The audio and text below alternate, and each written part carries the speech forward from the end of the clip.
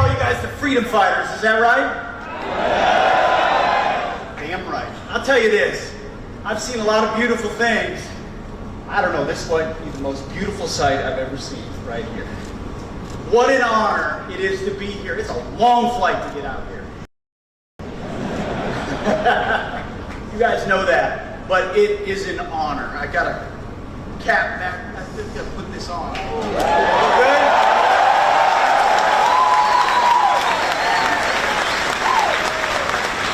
What a beautiful looking ship you got.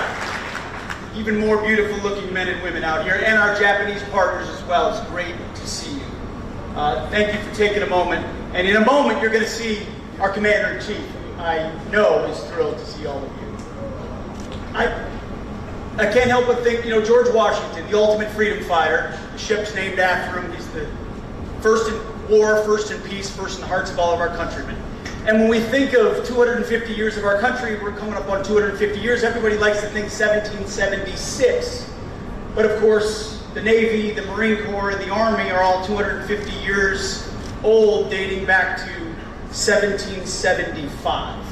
Right? We talk about 1776, and rightfully so, the Declaration of Independence, the amazing moment we launched this American experiment, but it doesn't start without 1775. Without Americans willing to pick up, well, then it was a musket, we didn't quite have aircraft carriers, a musket willing to stand their ground and believe in something greater than themselves, to fight for freedom. And when I look out into your eyes, all those eyes way back there past the press, just get them out of the way. When I see all those eyes back there, I see the very same eyes of those men and women from 1775, who were young, hungry, principled, gritty, tough, and willing to fight for the man and the woman on the right and the left, for deep principles and convictions that you still stand for today. You know, what President Trump's doing is pretty simple, but it's revolutionary. He's reminding the country and our adversaries that we're going to put America first. How about that?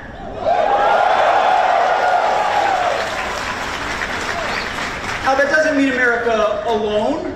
We have our allies like we do here in Japan, incredible allies where we have 55,000 American troops and we stand shoulder to shoulder with them. But part of being strong is putting America and Americans first. It also means, on that banner, peace through strength. It means reestablishing deterrence. When you've lost it, it's important to reestablish it. President Trump has done that, from the Houthis and opening up our shipping lanes. When you just give away shipping lanes to pirates, that creates problems. He showed up and said no more. Or Iran's pursuit of a nuclear bomb, and he said, how about we send B-2s, 37 hours, over to take care of that, to ensure that they don't have a nuclear bomb. Or how about defending our own shores? 0 people crossing our border right now, because for too long we had an invasion of folks, and we don't know who they are, where they're coming from, crossing our borders, poisoning our communities with drugs. I would not want to be in a drug boat in the Caribbean right now. It's about time we defend our own homeland, and we will do that. So it's America first, it's peace through strength, but it's also common sense. You hear it and you see it all the time. I have a great pleasure of watching President Trump on a daily basis in private meetings and meeting with foreign leaders as we're planning. And the application of common sense, as you know, is not all that common in Washington, D.C. Well, when you apply it, it makes sense and you get things done. And one of those things we're doing at the Department of War, welcome to the War Department,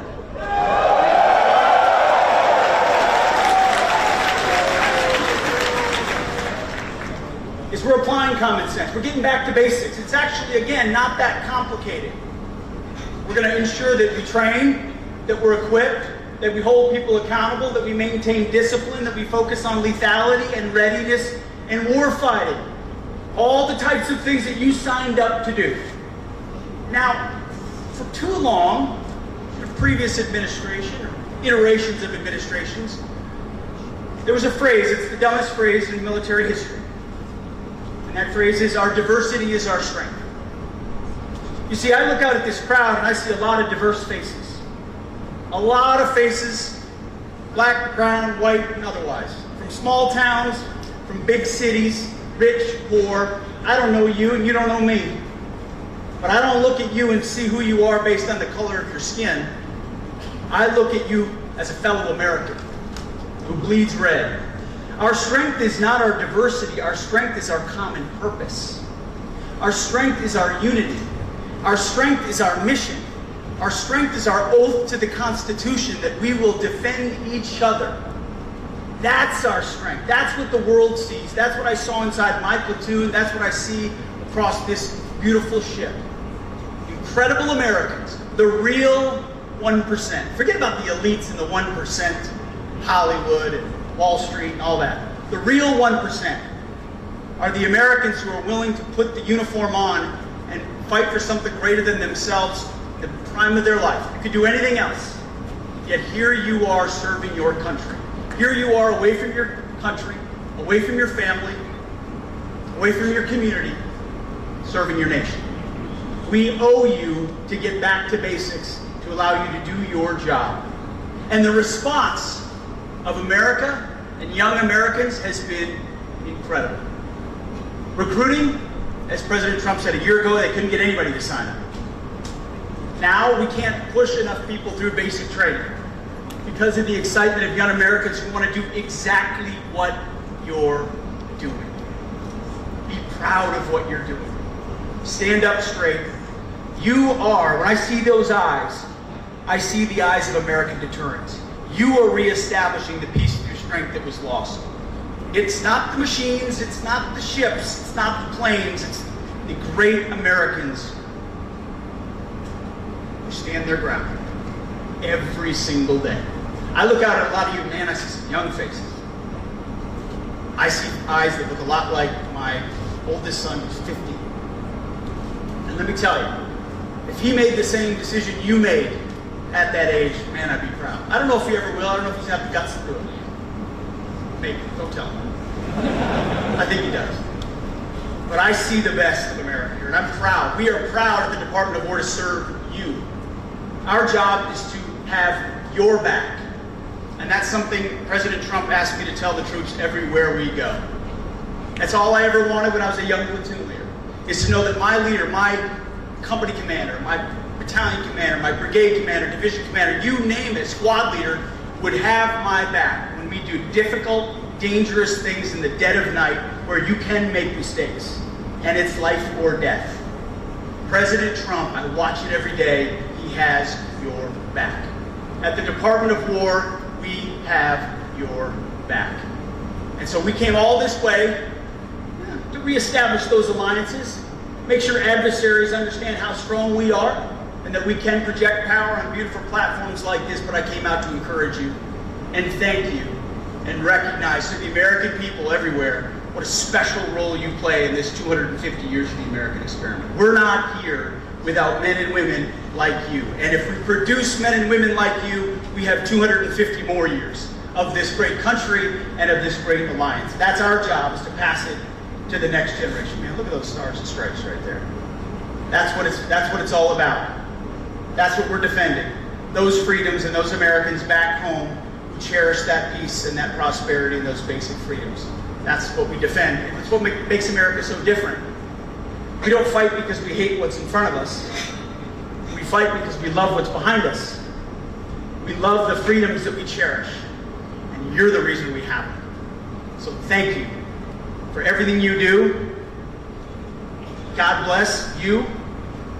Call your parents and thank them, will you? They instilled in you the values to do something big, to do something special, to test yourself. And for that I'm grateful. God bless you. God bless the U.S.S. George Washington, and God bless our great republic. Thank you very much.